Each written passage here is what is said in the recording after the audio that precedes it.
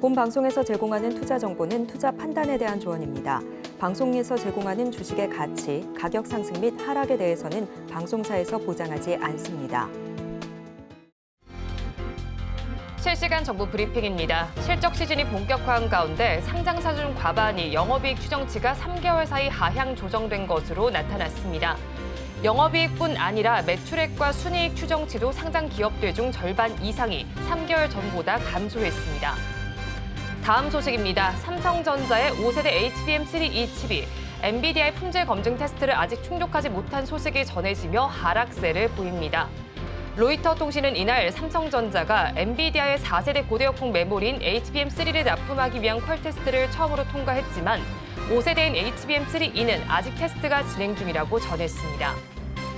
세 번째 소식입니다. 꿈의 배터리로 불리는 전고체 배터리 시장의 주도권을 놓고 LG 에너지솔루션과 삼성 SDI의 삿바 싸움이 본격화하고 있습니다. 국내 배터리사 가운데 양산 목표 시기가 2027년으로 가장 빠른 삼성 SDI가 치고 나가자 LG 에너지솔루션은 제품 완성도를 높이는 것이 중요하다며 맞받아치는 형국입니다. 마지막 소식입니다. LG화학이 미국 기업에 기술 수출한 먹는 방식의 희귀 비만증 신약 후보 물질의 임상 이상 투약이 시작됐습니다. LG화학은 올해 1월 해당 물질을 선급금 1억 달러 등 총 3억 500만 달러 규모로 리듬 파마슈티컬스에 글로벌 라이선스를 이전했습니다. 비만 신약 모멘텀이 주가에 힘을 실어줄지 살펴보시기 바랍니다.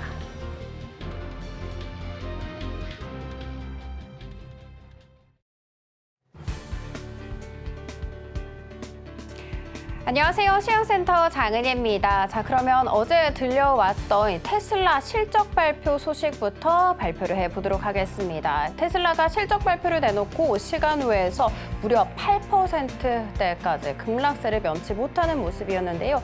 과연 어떤 성적표를 공개했는지 샅샅이 뜯어보도록 하겠습니다.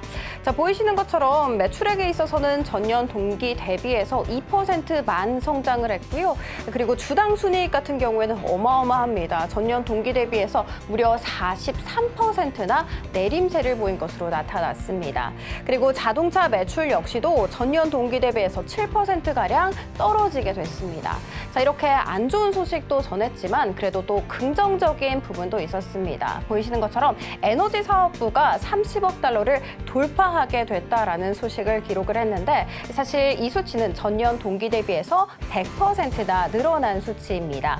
이뿐만이 아니라 에너지 저장 제품 구축에 있어서도 9.4기가와트시를 기록을 하면서 역대 최고치를 다시 한번 갈아치우는 움직임을 보여줬습니다. 그리고 시장이 주목을 했던 것은 역시나 로보택시 공개 이슈였는데요. 연기가 됐습니다. 기존에 8월 8일에 할 수 있을 것이다라고 이야기를 했는데 이것이 10월 10일 그러니까 2달가량 또 미뤄지게 된 것이죠. 여기에 대해서 일론 머스크는 이렇게 말했습니다. 탑승 가능 시점 과거의 내 예측 사실 지나치게 낙관적이었다라고 인정을 하면서도 내년에 할 수 없게 된다면 나 정말 충격적일 거야 라고 이야기를 또 꺼내놨다고 합니다. 자, 그러면 이런 상황 속에서 우리 시장은 어떻게 움직이고 있는지 살펴보도록 하겠습니다. 우리 시장 약세 출발했습니다. 그리고 지금 현재는 양시장이 표정을 조금 엇갈리고 있는 모습인데요. 일단 코스피부터 들어가 보도록 하겠습니다. 우리 코스피 약세로 출발을 했습니다. 그리고 장중 한때 2,800선 가까이 가기는 했습니다만 지금 현재 다시금 내림세를 보여주고 있습니다. 이 삼성전자가 5세대 HBM3E 퀄 테스트 아직도 통과를 못했다라는 소식 속에 1% 넘게 내림세를 보여주면서 지수를 끌어내리고 있는 반면에 SK하이닉스는 반등에 나서주고 있습니다. 드디어 내일 실적 발표가 되죠. 그래서 지금 현재는 21만 원대에서 거래가 되고 있습니다. 이뿐만이 아니라 어제 주인공이었던 HD 현대 일렉트릭 같은 경우에는 어제 호실적을 내놓고 17% 넘게 급등세를 보여줬는데 오늘도 장 초반에 최대 8%까지 오름세를 보여줬습니다만 지금 현재 윗꼬리가 조금 길게 달려있다는 것은 참고해 주시기 바랍니다. 그리고 하나 에어로스페이스 역시도 호실적이 나올 수 있을 것이다라는 전망 속에 오늘 장중 최대 7% 넘게 오름세를 보여주면서 사상 처음으로 30만 원을 돌파하는 흐름 가져가기도 했습니다. 자, 그러면 수급으로 이동을 해보도록 하겠습니다. 이 수급 같은 경우에는 어제 대비해서 모든 주체가 손바뀜 일어났습니다. 기관 같은 경우에는 장 초반에 매도세를 보이다가 매수세로 전환을 했는데 지금 현재는 다시 매도로 자리를 잡고 있습니다. 이 외국인 같은 경우에는 지금 현재 SK하이닉스를 가장 많이 순매도하고 있는 것으로 나타났습니다. 자, 그러면 코스닥으로 이동을 해보도록 하겠습니다. 오늘 우리 코스닥 약보합으로 출발했습니다. 그렇지만 상승 전환에 성공을 했고요. 그리고 지금 현재도 상승부를 겨내고 있습니다. 여론조사에서 해리스가 트럼프를 오차 범위 내에서 앞선다라는 소식이 전해지면서 친환경 에너지 관련 종목들이 강세를 보여주고 있고요. 그리고 대표적인 해리스 관련주라고 엮일 수 있는 대마 관련주 화일약품 역시도 두 자릿수 추가 강세 이어가고 있습니다. 그리고 제약바이오 쪽 역시도 웃음 짓고 있는데요. 잠시 후에 종목 흐름에서 살펴보도록 하고 수급으로 이동을 해보도록 하겠습니다. 기관 같은 경우에는 어제에 이어서 오늘도 순매수로 대응을 해주고 있습니다. 현재 알테오젠을 가장 많이 순매수하고 있는 것으로 나타났고요. 반면에 외국인 같은 경우에는 매도세를 취하고 있습니다. 자, 이렇게 수급까지 살펴봤으니까 이제 섹터로 한번 들어가 보도록 할게요. 오늘 준비한 섹터는 제약바이오입니다. 크게 세 가지 이슈를 준비를 해봤는데 일단 첫 번째 이슈부터 만나보도록 할게요. 일단 마크로젠이 장 초반에 상한가 안착하는 기염을 토해냈는데 그 이유는 바로 삼성전자와 MOU를 맺는다라는 이야기가 있었기 때문입니다. 이 마크로젠의 젠톡이라는 플랫폼이 있는데 이 젠톡이 삼성 헬스 앱에 탑재가 된다고 합니다. 그러면 젠톡이 뭘지 궁금하시죠? 그래서 제가 한번 이렇게 캡처를 준비를 해봤습니다. 이 젠톡 같은 경우에는 유전자 분석, 건강 솔루션 제공 플랫폼이라고 합니다. 이 말도 굉장히 어렵죠. 그래서 제가 조금 쉽게 설명을 해보자면 개개인마다 다 유전자가 다르잖아요. 그래서 이 유전자에 맞게끔 체중 관리도, 수면 관리도, 운동 관리, 그리고 피부 관리까지 달리해야 한다고 합니다. 그런데 이 젠톡이 보이시는 것처럼 유전자, 개인의 유전자를 샅샅이 잘 분석을 해서 건강 솔루션, 그러니까 관리법을 제공하는 플랫폼이다 생각을 해주시면 됩니다. 이것이 삼성 헬스 앱에 탑재가 되게 된다면 삼성 헬스 앱의 기능이 더 늘어나게 될 것이고 사용자들은 더 만족감을 받아갈 수가 있겠죠. 자, 이렇게 마크로젠 이슈 살펴봤으니까 다음 이슈로 넘어가 보도록 하겠습니다. 다음 이슈는 일본 이슈였는데요. 10주 연속해서 코로나19 환자 수가 늘어나고 있는데 문제는 그 상승세입니다. 보이시는 것처럼 굉장히 가파르게 올라가고 있음을 확인하실 수가 있죠. 일주일간 입원자 수가 3,000명을 크게 웃돌고 있습니다. 그리고 3주 전보다도 2배가량이나 증가했다고 합니다. 그리고 입원자 수 대부분이 변이 바이러스인 KP3에 감염이 됐다라고 하는데 이 KP3 같은 경우에는 오미크론 파생 변이 바이러스라고 합니다. 이 KP3 같은 경우에는 지금 현재 미국을 포함한 북반구에서 새로운 우세종으로 떠오르고 있다라는 것까지 체크를 해드리면서 마지막 이슈로 넘어가 보도록 하겠습니다. 이 마지막 이슈는요, 미국발인데 미국은 의료비가 굉장히 높습니다. 그래서 바이오시밀러가 확대되고 있는 추세다라고 전해졌는데요. 이 바이오시밀러가 뭔지 또 살펴봐야겠죠. 바이오시밀러라는 것은 특허가 만료된 의약품 구조나 기능을 복제해서 비슷하게 만든 복제 약품이다 생각을 해주시면 됩니다. 아무래도 복제 약품이다 보니까 가장 큰 장점은 가격이 싸다라는 것이겠죠. 어제 같은 경우에는 싹센다의 특허가 올해 안에 만료가 될 수 있을 것이다라는 소식이 전해지면서 싹센다 바이오시밀러 제품이 출시될 것이다라는 기대감도 한껏 모아진 바가 있었죠. 한 증권사의 자료도 한번 들고 와 봤습니다. 보이시는 것처럼 FDA의 승인을 받은 바이오시밀러 제품 수가 가파르게 증가세를 보여주고 있습니다. 그리고 뿐만이 아니라 미국 내에서 이 바이오시밀러로 의료비를 절감한 그 금액 역시도 정말 빠르게 올라가고 있죠. 이렇게 바이오시밀러 시장이 계속해서 커질 수 있을 것이구나라는 것을 여실히 느껴갈 수가 있었는데 여기에 정부가 한 스푼 더하는 모습이었습니다. 보이시는 것처럼 미국 상원에서 환자를 위한 저렴한 처방 법안을 통과했다라는 소식이 전해졌는데 이 법안 내용으로 살펴봤을 때 제약사들이 주장할 수 있는 그 특허 건수가 있잖아요. 이것을 분야당 20개로 제한을 할 것이다 라고 이야기가 나왔습니다. 자, 이렇게 약가를 낮추는 정책들이 계속해서 떠오르고 또 회자되고 있는 만큼 바이오시밀러 시장 역시도 급격하게 성장할 수 있을 것이다라는 긍정적인 좋아지는 전망 나오고 있는데요. 자, 이런 상황 속에서 오늘 우리 국내 증시는 어떻게 움직이고 있는지 종목 흐름으로 살펴보도록 하겠습니다.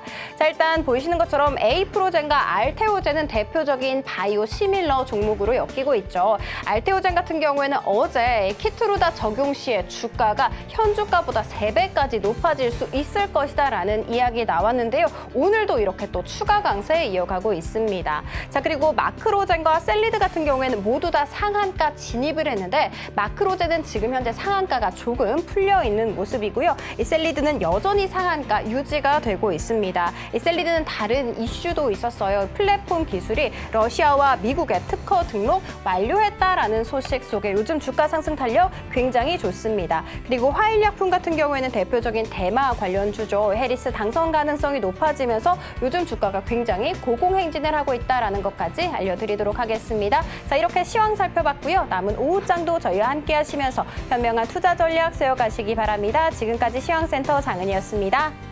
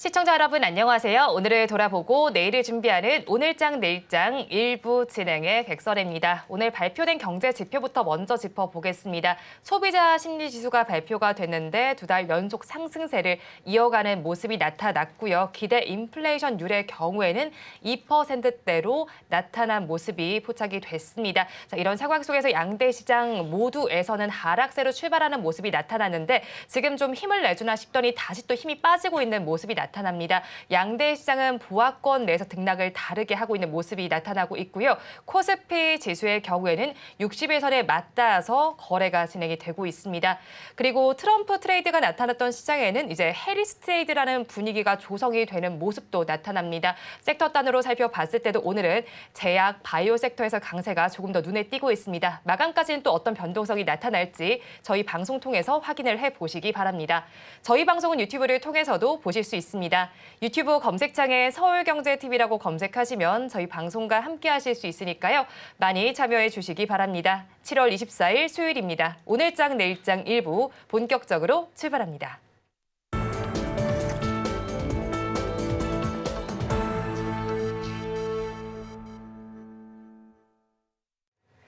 오늘도 두 분과 함께 수익이 될 만한 뉴스를 꼽아서 전해드리겠습니다. 영앤 리서치의 최진욱 본부장, AJ 인베스트먼트 이재규 대표와 함께합니다. 어서 오세요. 안녕하세요. 반갑습니다. 네, 오늘 가장 먼저 급등하는 이 종목 이야기를 시작해 볼게요. 마크로젠 이야기를 해보겠습니다. 지금 젠톡이 삼성 갤럭시 스마트폰에 탑재된다는 이야기 앞서서 캐스터가 전해줬는데 이에 따라서 오늘 상한가까지 올라갔다가 지금은 상한가가 풀려있는 모습이기는 합니다. 그래도 급등 양상을 이어가고 있는데 외국인은 지금 또 매도를 하고 있더라고요. 어떤 심리가 작용한 걸까요? 일단 뭐 젠톡에 대한 모멘텀으로 인해서 시장에서 좀 관심을 받고 있다라고 보시면 좋을 것 같은데 우리가 지금 이 마크로젠이 진행을 하고 있는 사업에 대해서 좀 생각해 볼 부분들이 있어요. 지금 이 기업 같은 경우는 유전자 쪽과 관련되어 있는 사업을 영위하고 있는 부분입니다. 그래서 우리가 과거에는 유전자 가위와 관련되어 있는 종목으로서 툴젠이라는 기업이 있었고요. 관련돼서 이제 테라젠 이텍스라는 기업 같은 경우도 유전자 치료제 쪽과 관련이 있는 기업인데, 지금 우리가 이 마크로젠 같은 경우는 방금 전에 말씀하셨던 젠톡인가요? 젠톡과도 관련이 있지만 제가 판단을 했을 때는 오늘 CDMO 기업들도 많이 올라오고 있거든요. 여기서 우리가 어떤 생각을 해볼 수가 있냐면, 미국에서 중국을 규제하면서 우리가 이 바이오 쪽에 대해서 생물보안법에 대한 이야기들이 나오고 있거든요. 근데 생물보안법에서 우시라는 회사를 이제 미국 쪽에서 규제를 하겠다라는 내용들이 나오고 있고, 이 우시라는 회사가 이 위탁 생산 쪽에서 많은 캐파를 가지고 있는 회사예요. 그렇기 때문에 우리나라 삼성 바이오로직스와 바이넥스가 수혜를 받을 것이다라는 분석이 있었거든요. 근데 미국에서 이 우시 말고 BGI라고 하는 중국의 유전자와 관련되어 있는 중국 기업을 규제하겠다라는 얘기가 같이 나왔습니다. 그러니까 우시바이오로직스뿐만 아니라 중국의 유전자 관련되어 있는 업체도 규제를 하겠다라는 부분이죠. 그래서 오늘 우리가 지금 마크로젠 같은 경우는 이 젠톡과 관련되어 있는 내용들도 부각이 되고 있는 게 맞지만, 제가 봤을 때는 어떻게 보면은 이 미국이 중국을 규제한다라는 내용들, 생물보안법에서 그동안은 이 위탁 생산 쪽에 대한 모멘텀들만 받아갔다라고 한다면, 이번에는 이 마크로젠 같은 경우는 어쨌든 지금 미국의 장비를 사용하고 있거든요. 그렇기 때문에 중국을 규제하면서 얻을 수 있는 반사 이익을 이 유전자 치료와 관련되어 있는 종목군들도 좀 받아갈 수 있지 않을까, 저는 그런 생각을 좀 하고 있습니다. 물론 젠톡이라는 것이 시장에서 부각이 되면서 주가의 변동성을 많이 키웠다라고 볼 수가 있지만, 이 CDMO 위탁 생산, 위탁 개발 생산 쪽과 관련되어 있는 모멘텀들이 시장에서 계속해서 부각이 됐었다라고 한다면, 이제는 이쪽에 대한 모멘텀들도, 그러니까 중국이 그 위탁 생산 기업들만 규제하는 게 아니거든요. 그래서 유전자와 관련되어 있는 종목군들 같은 경우도 변동성이 좀 커지는 게 아닌가라고 저는 생각을 하고 있고요. 그리고 우리가 전반적으로 지금 바이오 쪽 같은 경우는 주가 흐름이 나쁘지가 않습니다. 아까 전에 뭐 알테오젠 같은 경우도 올라오고 있고요. 뭐 관련돼서 종목군들 변동성 계속해서 키우고 있는데, 지금 제약바이오 같은 경우는 계속해서 좋을 가능성이 높다라고 보고 있어요. 아까 전에도 이제 캐스터가 브리핑을 해주셨지만, 이 특허가 만료되는 물질들을 기존에 그 특허를 가지고 있었던 제약사 입장에서는 특허가 만료가 되면 매출이 급감하는 경우가 많겠죠. 근데 그 매출 급감을 막기 위해서 바이오시밀러를 만들거나 혹은 제형 변경을 시도를 하고 있는 부분이거든요. 근데 이 바이오시밀러와 제형 변경 쪽에 대해서는 우리나라 기업들이 또 굉장히 뛰어난 기술력을 가지고 있기 때문에 이런 부분들이 계속해서 시장에서 부각이 된다라고 보시면 좋을 것 같습니다. 그래서 뭐 위탁 생산과 관련되어 있는 부분들, 그리고 뭐 비만과 관련되어 있는 기업들, 계속해서 이제 선순환이 제약 바이오 섹터에서 빠르게 나오고 있는데, 제가 최근 들어서 몇 차례 말씀드렸던 것처럼 이제 방사선 의약품 쪽에서도 이 퓨처캠이라는 기업이 굉장히 빠른 변동성을 보이고 있거든요.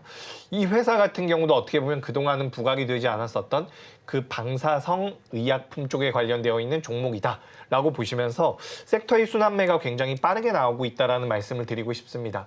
그래서 제약바이오 종목은 제가 생각을 해봤을 때 한두 종목 정도는 꼭 보유하시는 게 어떨까라는 생각을 하고 있어요. 그래서 하반기 때까지 관심이 계속해서 유효하다라는 말씀 드리면서, 오늘도 전반적으로 우리나라 코스피와 코스닥은 상대적으로 좋고요.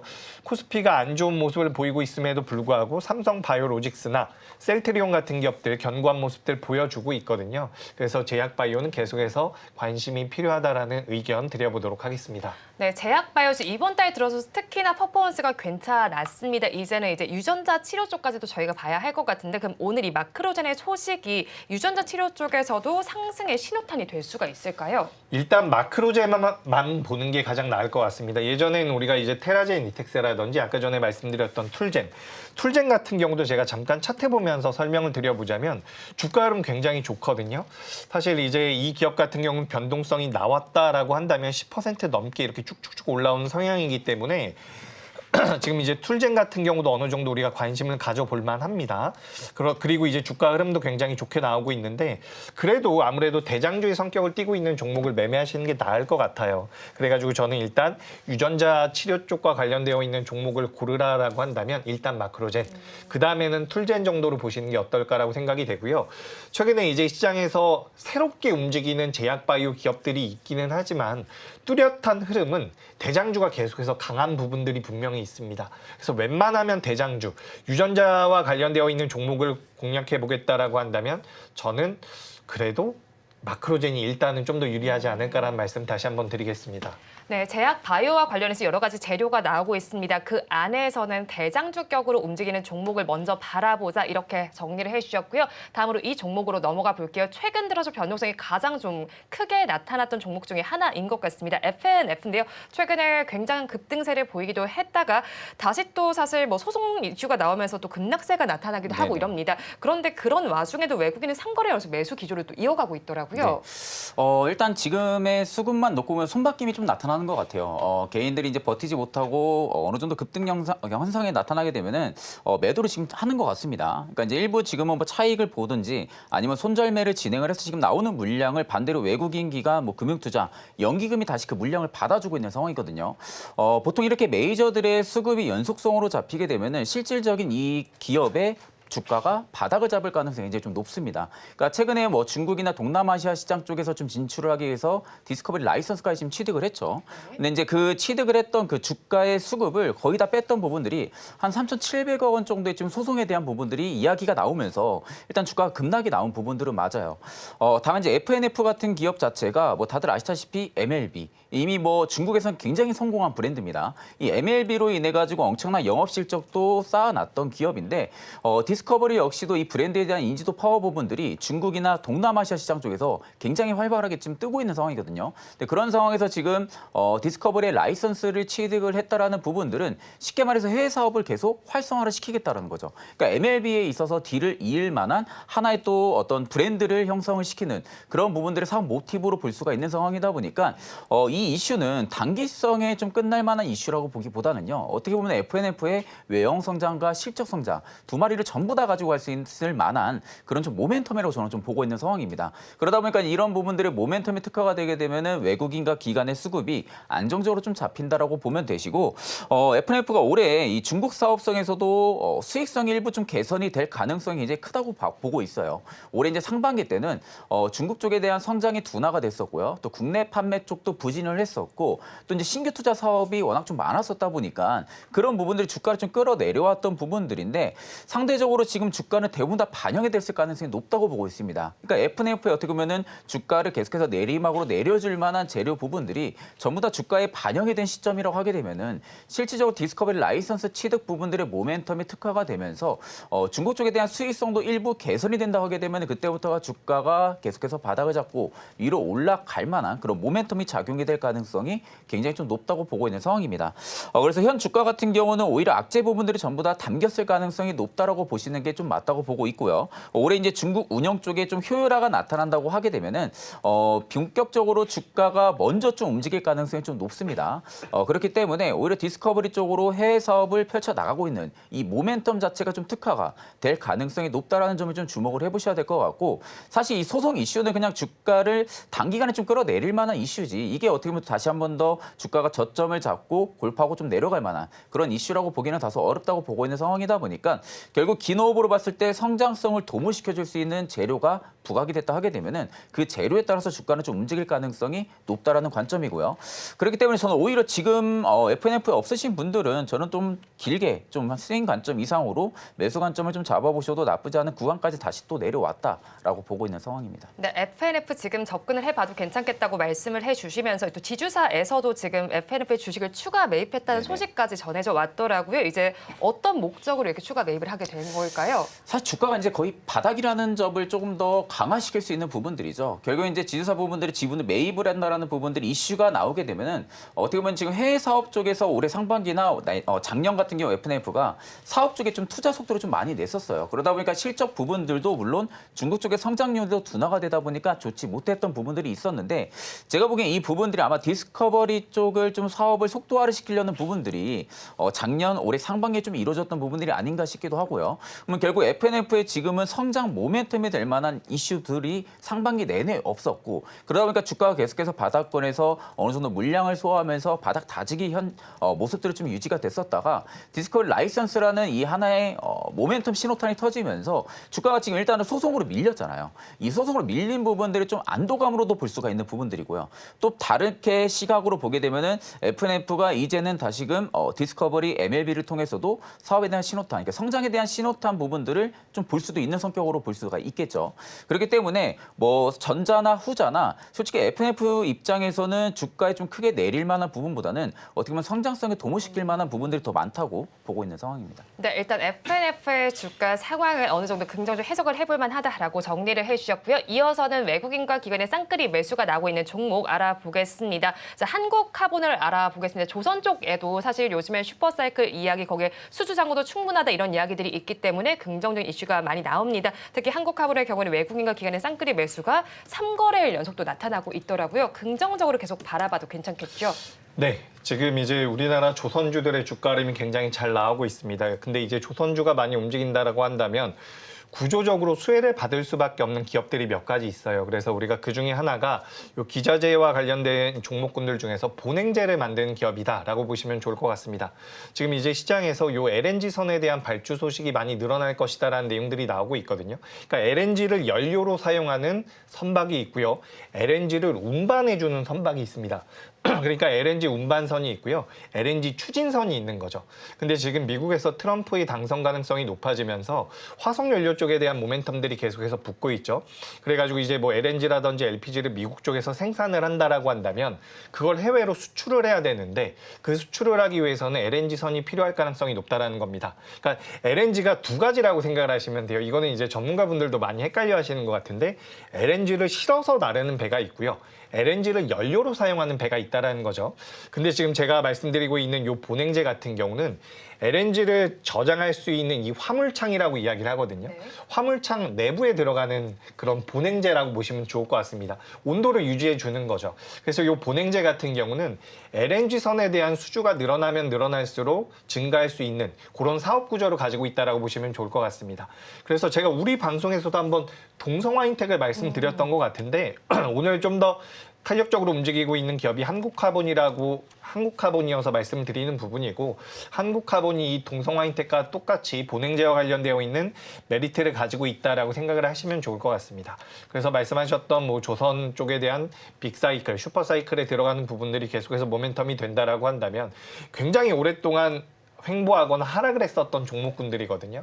지금부터 충분히 추가적인 상승이 가능성이 높다라는 부분이고 우리가 조선 기자재들 같은 경우는 수주의 공백이 발생할 가능성이 높아요.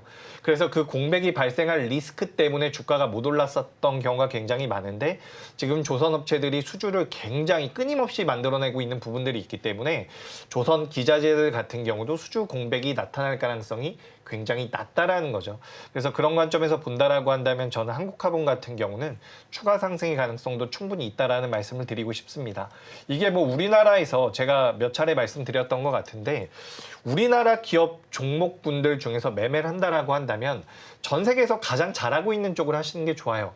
우리가 반도체 비메모리 쪽에 대해서는 굉장히 부족하지만 어쨌든 메모리 쪽에서는 우리나라가 제일 잘하고 있는 부분이고요. 조선도 우리나라가 제일 잘하고 있죠. 그렇기 때문에 그 글로벌 시장에서 우리나라 기업들이 경쟁력이 있는 쪽에 대한 관심이 필요한 거고 그 조선주가 그중 하나라고 본다라고 한다면 수주 사이클이 계속해서 정상적으로 돌아갈 경우에는 이런 기자재 쪽으로도 수급이 들어올 가능성이 높다라는 관점에서 봤을 때 저는 한국카본 같은 경우는 추가적인 우상향의 가능성도 있다라는 말씀. 다만 오늘은 좀 올라와 있는 상황이고 매물대가 좀 있기 때문에 어느 정도 눌림이 나오면 그때 한 번 정도는 접근해 보실 필요가 있다라는 말씀 드리겠습니다. 네, 한국카본에 대한 의견까지 들어봤습니다. 자, 이어서 또 다른 종목 이야기도 해볼게요. 이 종목 역시도 외국인과 기관의 쌍끌이 매수가 나오고 있습니다. K뷰티에 대한 쪽인데 비올입니다. 오늘도 미용기기 섹터 전반에서 2%대 강세가 나타나고 있고요. 섹터 아래서는 사실 휴젤이 가장 강하긴 하지만 비올의 상승세도 계속 지켜봐야 할 것 같습니다. KB증권에서도 긍정적인 리포트들이 났더라고요. 네네. 일단 지금 뭐 미용 의료기기나 마찬가지로 K뷰티 쪽에 확산이 되고 있다고 보시면 될 것 같아요. 결국 이제 K라는 K라는 이 트렌드 자체가 해외 쪽에서 먹히고 있다는 거거든요. 결국 이제 K 뭐 음식료라든지 뷰티, 미용, 의료기기 쪽 전부 다 지금 수출을 진행하고 있는 입장에서는 결국 외국 쪽에서에 대한 인기도가 계속 급상승을 하면 급상승을 할수록 해외 수출에 대한 회복세는 가파르게 올라올 수밖에 없다라는 부분들이 결국 이제 성장 모멘텀을 더욱더 가속화를 시킬 가능성이 좀 높다고 보고 있는 상황이고요. 특히 그 안에서도 일단 이제 비율을 좀 주목을 해야 되는 부분들은 최근 미용 의료기기가 어떻게 보면은 섹터의 순환매 신호탄을 냈던 게 비올이지 않을까라고 생각을 많이 하고 있거든요. 그 이유는 일단 최근에 실펌엑스가 중국 승인이 되면서 그때부터 미용 의료기기 쪽에 순환매가 좀 많이 들어왔었습니다. 그러니까 어떻게 보면은 하나의 메가 트렌드 잡고 있었던 게 비올이라는 거고 이 비올로 인해서 수급 순환매가 지금은 연실에 또 돌아주고 있다라는 부분들로 볼 때는 언제든 비올이 또 대장으로 치고 나가도 이상하지가 않은 그런 모멘텀을 가지고 있다고 보면 되시고요. 이미 지금 독보적인 기술도 보유를 하고 있는 미용 의료기기 업체라고 좀 생각을 하시면 됩니다. 이미 실펌엑스 같은 경우도 중국향 매출이 지금 본격화가 되고 있는 상황이고 또한 지금 마이크로니들 RF 쪽에서도 계속해서 점유율을 확대를 시키고 있는 상황입니다. 그러다 보니까 앞으로 비올 같은 경우 실적 성장이라든지 외형 성장 견고하게 좀 나아질 가능성이 높다고 보고 있는 상황이고요. 또 지금 실펌엑스가 기존 수출 국가 중심으로도 이미 성장이 나타나고 있는 상황이에요. 거기에 이제 작년 4분기 때 브라질이 추가가 됐었습니다. 작년 4분기 브라질이 추가가 되고 올해는 상반기에 중국 쪽의 승인까지 떨어진 상황이다 보니까 어떻게 보면 비올의 좀 성장의 폭발적으로 나아질 수 있는 시기가 연내 그리고 내년 정도가 좀 되지 않을까라고 보고 있는 상황이거든요. 그 이후로도 이제 계속해서 신제품을 내놓는다고 하게 되면은 뭐 그에 따른 부분들의 성장 모멘텀에 또 붙어질 가능성이 높다고 보고 있는 상황이고요. 결국 비올의 지금 주력 제품군의 인기도가 계속해서 높아지고 있다라는 부분들은 주가를 계속 좀 위로 올려줄 만한 모멘텀이 강화가 되고 있다고 보시는 게 좀 쉽지 않을까라고 보고 있는 상황입니다.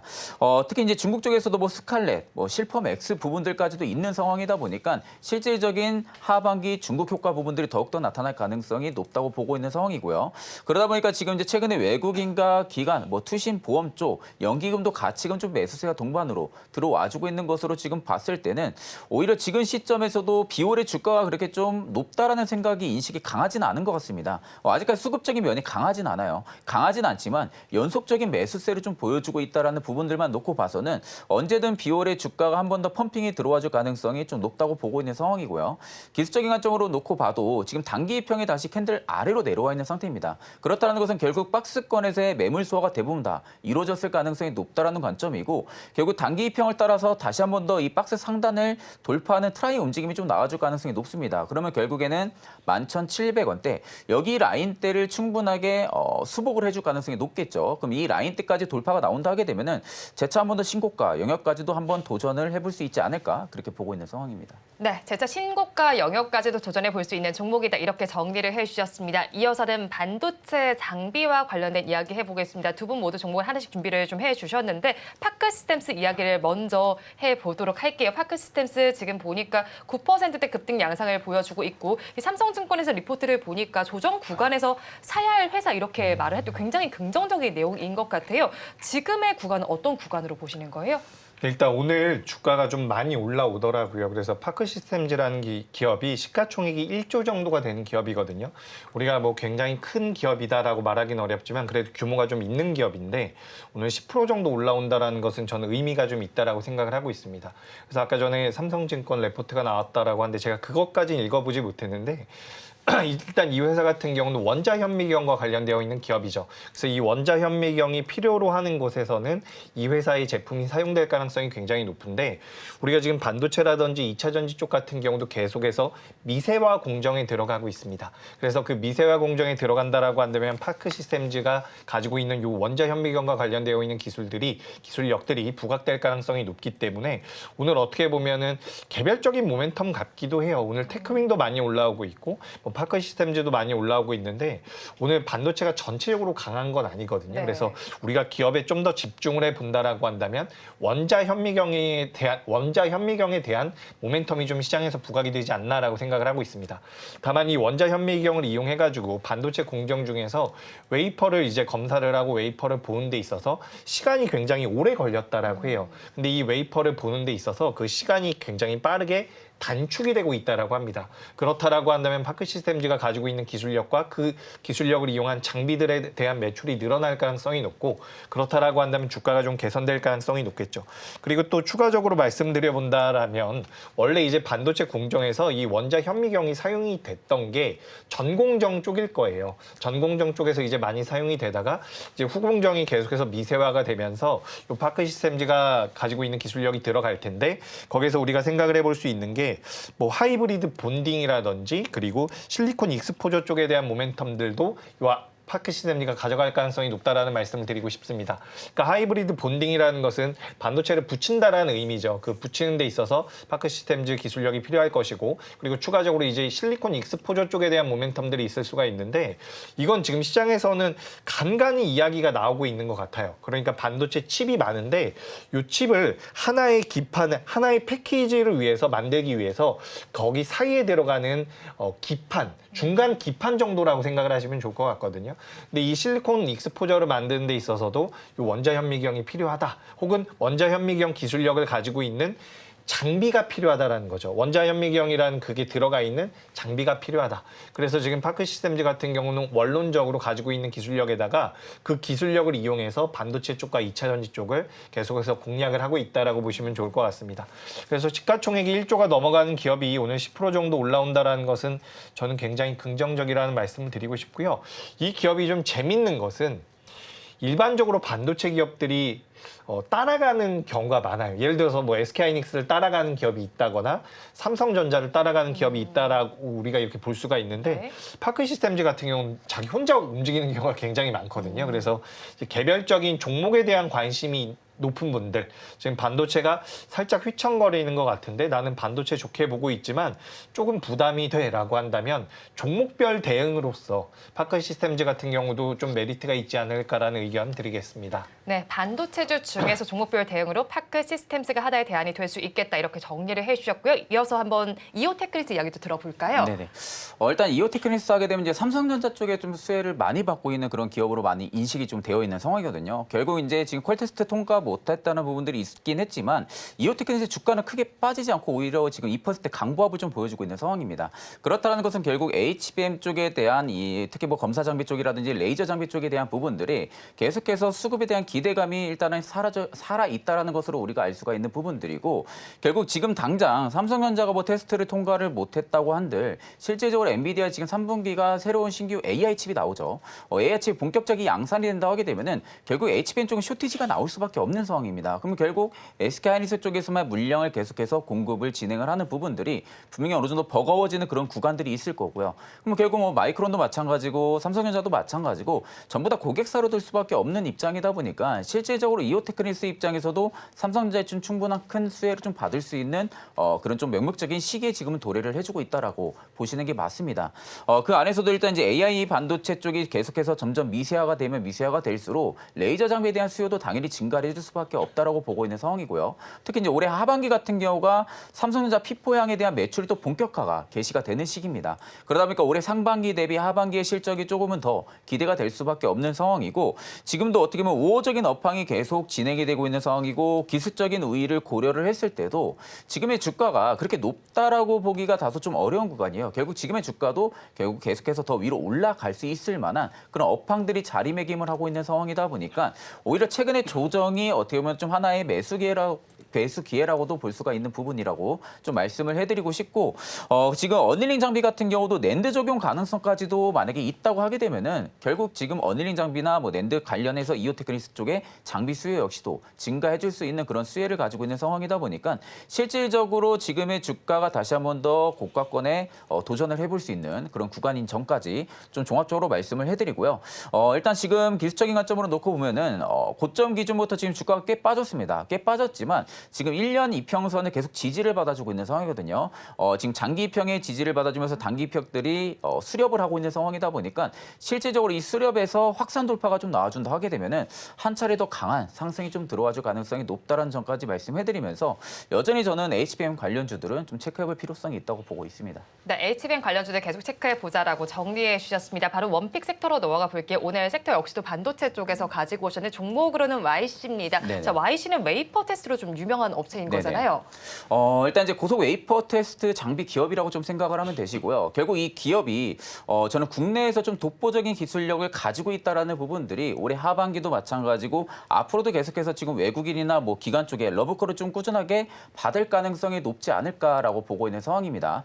실질적으로 지금 웨이퍼 검사 장비 쪽에서 주요 고객사를 삼성전자로 가지고 있는 상황이긴 한데 앞전에도 말씀드렸지만 결국 엔비디아 쪽에서 CTG 현상들이 나와준다고 하게 되면은 삼성전자도 고객사로 둘 수밖에 없는 그런 구조적인 길로 가면은 YC 역시도 검사 장비 쪽에서 가장 좀 더 큰 수혜를 받을 수 있다라고 좀 보면 되시고요.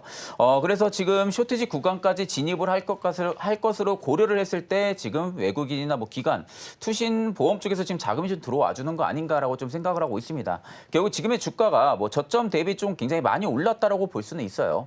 다만 지금 고점 대비해서 봤을 때도 조정이 좀 잘 나온 상황이고 단기 평까지도 지금 계속해서 밀집이 되어 있는 상황이다 보니까 실제적인 YC의 좀 주가 상승이 한 번 더 들어와 줄 가능성이 좀 높다고 보고 있는 상황이고요.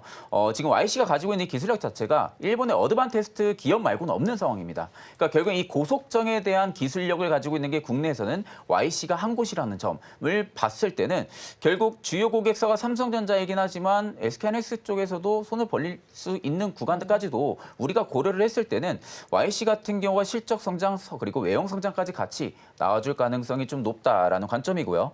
가격적인 전략을 좀 말씀을 해드리게 되면은 목표가는 제가 19,300원대를 좀 잡았습니다. 19,300대가 좀 일단 매물대가 좀 있는 것으로 판단을 하고 있어서 여기를 좀 1차로 잡았는데 만약 19,300원을 좀 강한 대금 실으면서 돌파를 해줄 경우에는 재차 좀 신고가까지도 좀 테스트를 해볼 가능성이 높다라는 관점으로 좀 말씀해드리고요.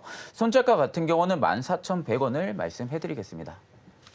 네, 원픽 종목 YC에 대한 의견 먼저 들어봤습니다. 이어서는 대표님께서 가지고 있는 섹터를 알아보겠습니다. 최근에 이쪽도 좀 관심이 권역이 있어야 된다는 생각이 드는 게 의료 AI 쪽입니다. 계속해서 네. 좀 상승세가 좀 나타나고 있더라고요. 네, 그죠. 제가 좀 말씀을 드려보도록 하겠습니다. 뭐 최근 시장에서 뭐 관심 있는 게 어떻게 보면 몇 개 없어요. 방산, 그리고 뭐 화장품, 그리고 조선 이런 쪽에 관심도가 굉장히 높죠.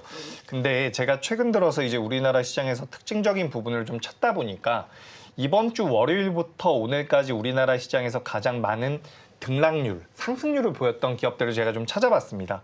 그래서 뭐 코스피와 코스닥 전반적으로 좀 살펴봤는데 일단 뭐 데모나 에버다임, 현대 에버다임 같은 우크라이나의 재건 관련주들이 있었고요.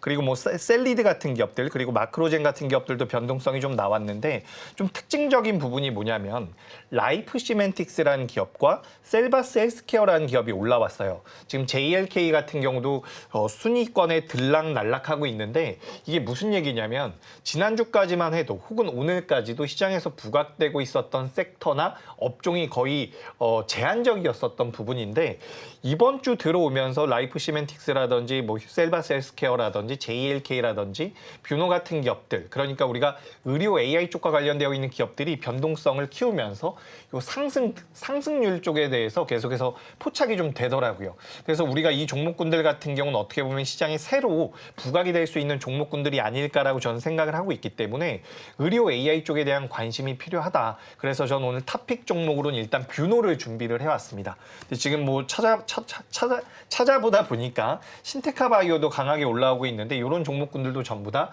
의료 AI 쪽과 관련되어 있는 기업이죠. 그래서 우리 시청자분들께서도 의료 AI 뭐 그동안 시장에서 관심이 좀 멀어졌었던 부분이 있는데 최근 들어서 이제 다시 한번 자금이 들어오고 있으니까 관심을 가져봐 보셨으면 좋겠고요. 우리가 지금 시장에서 요 의료 AI 쪽에 대해서 최근에 자금이 들어온다라는 말씀을 드렸는데 그 앞으로 가보면 제약바이오가 계속해서 강세를 보이고 있잖아요. 근데 이 제약바이오와 AI 쪽에 대한 접점을 찾는 것이 바로 이 의료 AI 쪽에 대한 모멘텀이라고 보시면 좋을 것 같습니다. 그래서 우리가 사실 임상 실험을 하는데도 10년이 넘게 걸려요. 제품을 만드는 데 있어서 10년도 넘게 걸리고요. 10년이 넘게 걸린다라고 한다면 비용도 많이 들겠죠. 하지만 이 의료 AI를 이용한다라고 한다면 비용이라든지 기간을 단축할 수 있다라는 장점이 있습니다. 그래서 연간 기준으로 2030년도까지 매년 30% 정도의 성장을 한다라는 이야기들, 40% 정도의 성장이 나온다라고 해요. 그래서 우리가 그런 관점에서 봤을 때는 AI 쪽에 대한 성장성은 분명하다라고 볼 수가 있는 부분이고 현재 우리나라 기업 중에서 시가총액 기준으로는 루닛이라는 기업이 가장 큽니다. 1조가 넘어가는 기업인데 아직까지는 주가 흐름상으로는 많이 돌려 세우지 못했기 때문에 좀 중장기적으로 보실 분들만 루닛에 대해서 관심을 좀 가져보시면 좋을 것 같고요. 있고요. 제가 오늘 탑픽으로 준비한 종목은 뷰노라는 기업인데 이 회사 같은 경우 일단 주가 흐름이 조금 더 낮습니다. 그래서 왜 그럴까라고 생각을 해보면 이 회사에서 가지고 있는 이 AI 솔루션 쪽과 관련되어 있는 것 중에서 딥카스라는 게 있어요. 이 딥카스 같은 경우는 일단 현재 6월 달 기준으로 우리나라에서 한 90개 정도 병원에 들어가 있는데 한 개 병원당 1분기에 3개월 동안 약 6천만 원 정도의 매출이 나온다라고 이야기가 되고 있습니다. 그래서 지금 뷰노 회사 측의 목표는 올해 연말까지 병원을 150개로 늘리는 거예요. 그래서 우리가 산술적으로 계산을 해보면 한 분기당 90억 정도가 나오는 거거든요. 그래서 이제 매출이 안정적으로 나오고 있는 상황에서 미국 쪽에 대한 진출까지 한다라고 한다면 주가의 상승 모멘텀들은 붙을 가능성이 높겠죠. 근데 여기서 중요한 포인트는 매출이 AI를 통해서 나온다라는 부분입니다. 그래서 우리가 그런 관점에서 본다라고 한다면 저는 뷰노 같은 경우는 이게 내재 가치가 굉장히 뛰어나지는 않아요. 그러니까 성장성을 가지고 있는데 올해부터는 매출이 잘 잡힐 가능성이 있다. 이 부분은 우리가 투자 포인트로 좀 잡아보면 좋을 것 같고 현재 33,250원대에서 거래가 되고 있는데 주가가 만약에 상방으로 움직여준다라고 한다면 목표가는 37,000원 그리고 손절가는 29,000원으로 이렇게 의견 드리도록 하겠습니다. 네, 오늘의 원픽 종목 뷰노에 대한 의견까지 들어봤고요. 지난주에 짚어주셨던 현대 에버다임 이야기 간략하게 좀 해보겠습니다. 짚어주신 이후 목표가 도달했고 상한가까지 올라가는 기염을 토했더라고요. 재검과 엮여서 이런 이슈가 나타난 것 같은데 추세 어떻게 진단하세요? 예, 제가 지난 17일 날 말씀드렸던 기업이죠. 당시에 이제 7,000원대에서 거래가 됐었던 기업이기 때문에 30% 넘게 올라오는 모습이 나왔습니다. 상한가에 한번 들어갔기 때문에 30% 넘게 올라오는 건 어떻게 당연했던 부분인데 제가 당시에도 우크라이나 재건 관련되어 있는 종목군들은 테마성을 가지고 있지만 업황 개선에 대한 모멘텀을 받아갈 것이다. 이 말씀을 드렸거든요. 그래서 저는 지금도 우크라이나 재건 관련주들 같은 경우는 주가에 상승 여력이 있다라는 말씀을 드리고 싶고 현대 에버다임 같은 경우는 제가 목표가를 10,000원으로 좀 상향을 해드릴게요. 이 회사 같은 경우는 그 굴삭기 앞에 들어가는 어태치먼트라고 해서 앞에 거를 교환하는 것을 만드는 기업이다라고 보시면 좋을 것 같은데 실제로 우크라이나 쪽에서도 양산을 하고 있는 것으로 알고 있습니다. 추후에 이제 실제로 매출로 잡히겠지만 일단 모멘텀을 따라가고 있는 상황에서 구조적으로도 조금 더 성장할 수 있는 부분들을 우리가 고려해 본다면 저는 현대 에버다임 같은 경우는 목표가를 10,000원으로 상향하도록 하겠습니다. 네, 현대 에버다임 목표가 10,000원 상향 소식까지 전해주셨습니다. 두 분 말씀은 여기까지 듣겠습니다. 고맙습니다.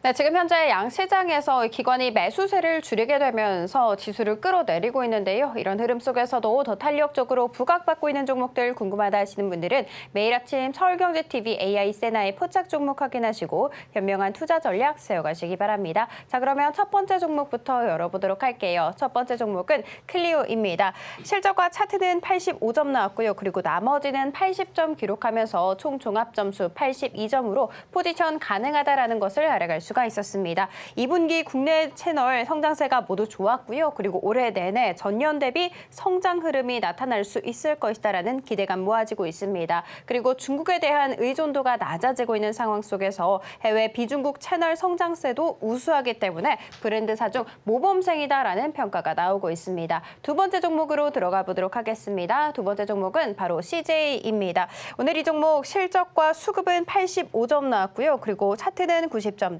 나머지는 80점 기록을 하면서 총 종합 점수 84점으로 포지션 가능하다라는 것을 알아갈 수가 있었습니다. 지주사죠. 올해 2분기 매출액과 영업이익이 전년 동기 대비해서 증가할 수 있을 것이다라는 전망 나오고 있습니다. 올리브영의 매출이 가파르게 올라가고 있고 CJ 푸드빌 역시도 실적을 잘 견인하고 있다고 합니다. 자, 그리고 마지막 종목 들어가 보도록 하겠습니다. 마지막 종목은 LS 일렉트릭입니다. 오늘 이 종목 실적과 수급은 95점 나왔고요. 그리고 나머지 모두 다 90점 기록하면서 총 종합 점수 92점으로 포지션 가능하다라는 것을 알아갈 수가 있었습니다. 내일 실적 발표를 앞두고 있습니다. 어제 전력기기 관련 대장주인 HD 현대일렉트릭이 후실적을 내놓고 급등을 하면서 LS 일렉트릭 역시도 급등세를 보여줬는데요. 또 8월 MSCI 편입 기대감까지 모아지고 있습니다. 이 이벤트는 수급에 굉장히 많은 영향력을 미치는 만큼 꼼꼼히 체크하시면 좋겠습니다. 자, 이렇게 세나이 종목들 살펴봤고요. 마감 후 자세한 투자 전략 궁금하다 하시는 분들은 5시 30분에 방송되는 온트레이딩 AI를 통해서 확인하시기 바랍니다. 이어서 오늘장 내일장 일부의 핵심입니다. 우리나라 CDMO 바이오시밀러 성장 기대감이 있습니다. 그리고 FLF의 경우에는 악재의 대부분이 주가에 반영되어 있으니까 신규 매수도 괜찮겠다 정리해 주셨고요. 조선 기자재주 이야기입니다. 수주 공백 리스크가 완화된 상태입니다. 본 방송에서 제공하는 정보는 투자 판단에 대한 조언일 뿐 해당 주식의 가치와 수익률을 보장하지는 않습니다. 오늘장 내일장 일부에서 준비한 순서는 여기까지입니다. 저희는 잠시 후 2부로 돌아오겠습니다.